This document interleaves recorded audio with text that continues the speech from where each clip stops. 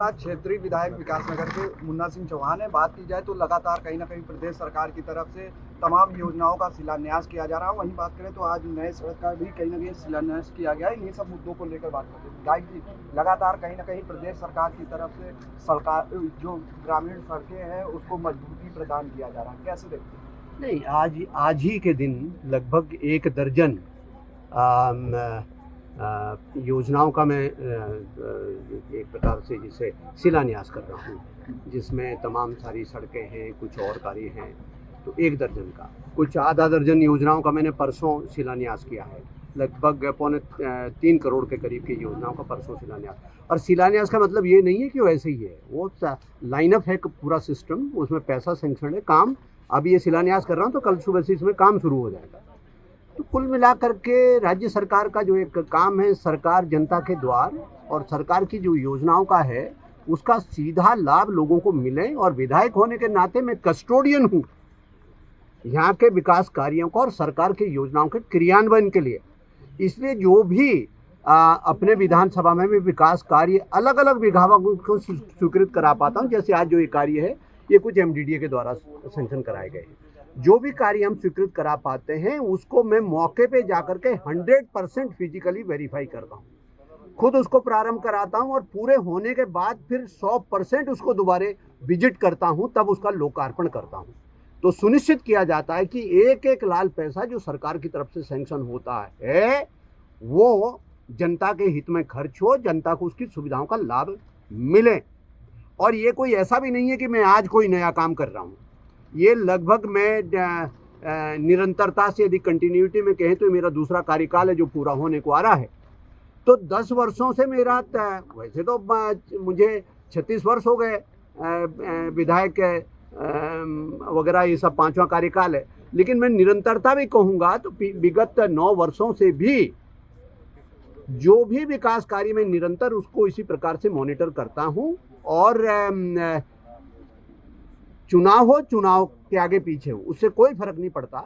मैं 24/7 बेसिस पर काम करता हूं। और जहां पर भी मुझे कहीं पर कोई जनता की दिक्कत का पता चलता है तो मैं कोशिश करता हूं कि उसको इमीडिएटली एड्रेस करें। इन दिनों राज्य में 4 धाम यात्रा की शुरुआत हो चुकी है। बात करें तो केदारनाथ, बद्रीनाथ, यमुनोत्री, गंगोत्री, तमाम जो यात्री हैं देश विदेश से लोग आते हैं 4 धाम यात्रा में। अपनी आस्था के प्रति जो उनका लगाव होता है वो कहीं ना कहीं देखने को मिलता है। ऐसे में विकासनगर विधानसभा से भी लोग जाते हैं, यहाँ पर कैंप बनाए गए, क्या कुछ व्यवस्थाएं? नहीं, देखिए, ये मेरा एक प्रकार से विजन का पार्ट रहा है। और मैंने विकासनगर, ना केवल विकासनगर गेटवे है पूरा यमुना घाटी के लिए।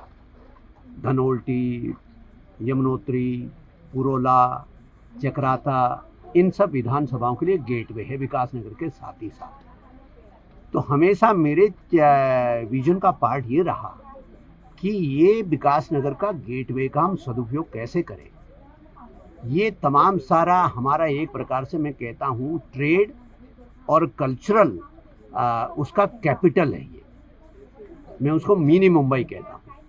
इसलिए जो इंफ्रास्ट्रक्चर डेवलपमेंट का काम है वो मैं इसी प्रकार से कराता हूँ। जैसे जो 4 लेनिंग का प्रोजेक्ट है, वो 4 लेनिंग का प्रोजेक्ट जहाँ पे आप खड़े हैं यहीं बाड़वाला पहुँच रहा है। ये बाड़वाला एक जंक्शन बन रहा है, ये आर्थिक गतिविधियों का हब बन रहा है। यहाँ से लेकर के बाड़वाले से लेकर के, पहाड़ों पे 4 लेनिंग का नहीं कर रहे हैं, पहाड़ों पे 2 लेन का कर रहे हैं। तो बाड़वाला से लेकर के लखवाड़ बैंड तक वो 390 करोड़ रुपए उसका सैंक्शन भी हो गए।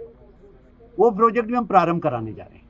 390 करोड़ रुपए सैंक्शन भी हो गए। ये 4 लेनिंग प्रोजेक्ट भी सैंक्शनड है, केवल अलाइनमेंट पे हम अभी बात कर रहे हैं। अलाइनमेंट हमारा अभी फाइनल नहीं हुआ, आगे का हमारा अलाइनमेंट भी फाइनल है। हरबटपुर में हमने बस अड्डा 2 साल पहले ही, 3 साल पहले ही बना दिया था। वो बस अड्डा अब 4 धाम यात्रा का लॉन्चिंग पैड के रूप में काम कर रहा है। वो बेस कैंप के तरीके से काम कर रहा है। पूरे यात्रा को जब कभी जाम वगैरह की स्थिति होती है वहीं से हम स्टैगर करते हैं कि कितना रिलीज किया जाए। वो एक प्रकार से वाल्व का काम कर रहा। और मेरा सोचना ये था कि इस पूरे क्षेत्र को, विकासनगर और इस पूरी यमुना घाटी को बहुत इफेक्टिवली 4 धाम यात्रा के साथ नेटवर्किंग करें। मुझे खुशी है कि अब 4 धाम यात्रा का काम बहुत प्रभावी तरीके से इस क्षेत्र से शुरू हो गया है। और उसका लाभ यहाँ पे रोजगार सृजन में हो रहा है, यहाँ पे कारोबार बढ़ रहा है, सड़क के किनारे तमाम सारे बाजार विकसित हो रहे हैं, खान पान की सुविधाएं विकसित हो रही है, लोकल कारोबार विकसित हो रहा है, होम स्टे चल रहे हैं, होटल चल रहे हैं, ढाबे चल रहे हैं, रेस्टोरेंट चल रहे हैं, और उसके अंदर आपको देखेंगे लोगों का घोड़ा गाड़ी चल रहा है, और तमाम तरीके का रोजगार कारोबार यहाँ पर नौजवान खुद अपने आप में रोजगार पैदा कर रहे हैं। ये मेरे लिए बहुत संतोष की बात है, और यही मेरे काम करने का। और अब ये काम जो थोड़ा सा हमारा हल्का सा 43 करोड़ रुपए का एक यमुना जी पे एक पुल का निर्माण में 1.5 साल पहले कंप्लीट करा चुका, 1.5 साल पहले। लेकिन हिमाचल साइड में केवल 200-250 मीटर उसकी अप्रोच रोड बननी है, वो हमारे पार्ट में कोई कमी नहीं। हिमाचल सरकार अपने 7-8 किसानों को मौजा नहीं दे पाई, अभी तक एक्वायर नहीं कर पाई, इसलिए वो 250 मीटर सड़क नहीं बनी। उसका भी 3-3.25 करोड़ रुपए पैसा हमने देना है सड़क बनाने का, केवल मौजे का हिमाचल ने। लेकिन वो इतने समय से 2.5-3-4 साल से 5 साल से उसका मौजा नहीं हो दे पा रहे। हम उम्मीद करते हैं वो फटाफट दे देंगे। उस पुल के चालू होते ही सामने का जो हिमाचल भी है, जिसमें हम सिरमौर बोलते हैं, जहां उनका गिरिपार का इलाका, वहां का सारा कारोबार भी विकासनगर आएगा, और विकासनगर के कारोबार में दिन दुगुनी रात चौगुनी तरक्की और होगी। तो इस प्रकार से मैंने नेटवर्किंग की है।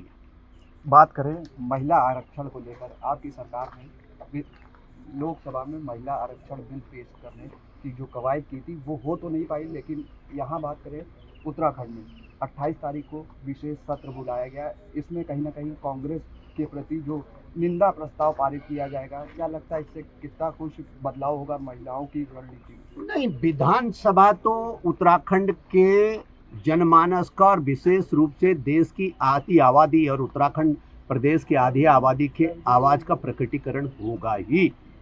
जो विधानसभा प्रस्ताव पारित करेगा उसको मैं प्रीएम्प्ट नहीं करना चाहता, लेकिन जिस प्रकार से कांग्रेस ने, इंडी गठबंधन ने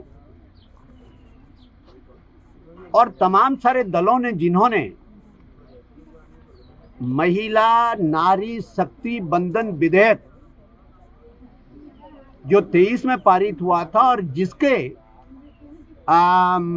क्रियान्वयन की दृष्टि से जो परिसीमन विधेयक, जिसमें कि सीटें बढ़नी थी और परिसीमन होना था, उन दो विधेयक को जिस प्रकार से कांग्रेस ने, उनके इंडी गठबंधन ने गैंगअप होकर के उसको रोकने का काम किया, तो जाहिर तौर पे है देश की आधी आबादी को धोखा देने का काम कांग्रेस और उनके सहयोगी दलों ने किया है। तो पूरे देश में आक्रोश है, महिलाएं आक्रोशित है, उनके अधिकारों को छीनने का काम कांग्रेस ने और इंडी गठबंधन और इन विपक्षी दलों ने किया है। और निश्चित रूप से आने वाले समय में, चाहे उस 27 में उत्तराखंड का विधानसभा का चुनाव हो, उत्तर प्रदेश का चुनाव हो, देश के अंदर विधानसभा का चुनाव हो, या 29 में होने वाली लोकसभा का चुनाव है, निश्चित रूप से इन दलों को देश की महिलाएं सबक सिखाने का काम करेगी। महिलाएं भूलती नहीं है, महिलाएं अपने अपमान को कभी भूलती नहीं है। ध्यान रखिए, हमारी मातृशक्ति कभी अपने अपमान को भूलती नहीं है। एक ऐतिहासिक पल था, दुनिया में भारत पहला देश बनने जा रहा था जिसने देश के अंदर महिलाओं का विमेन एम्पावरमेंट के लिए, महिलाओं के सशक्तिकरण के लिए, पॉलिटिकल एम्पावरमेंट के लिए इतना बड़ा कदम उठाने जा रही थी। लेकिन उसको रोकने का काम जो ये कांग्रेस ने और उनके पिछलग्गू दलों ने किया है, इसका निश्चित रूप से उनको सबक सिखाया जाएगा। तो ये थे हमारे साथ विकासनगर विधायक मुन्ना सिंह चौहान, जिनका खास तौर से कहना है कि लगातार कहीं ना कहीं जो कांग्रेस पार्टी है वो महिलाओं के अधिकार छीनने का काम करती है।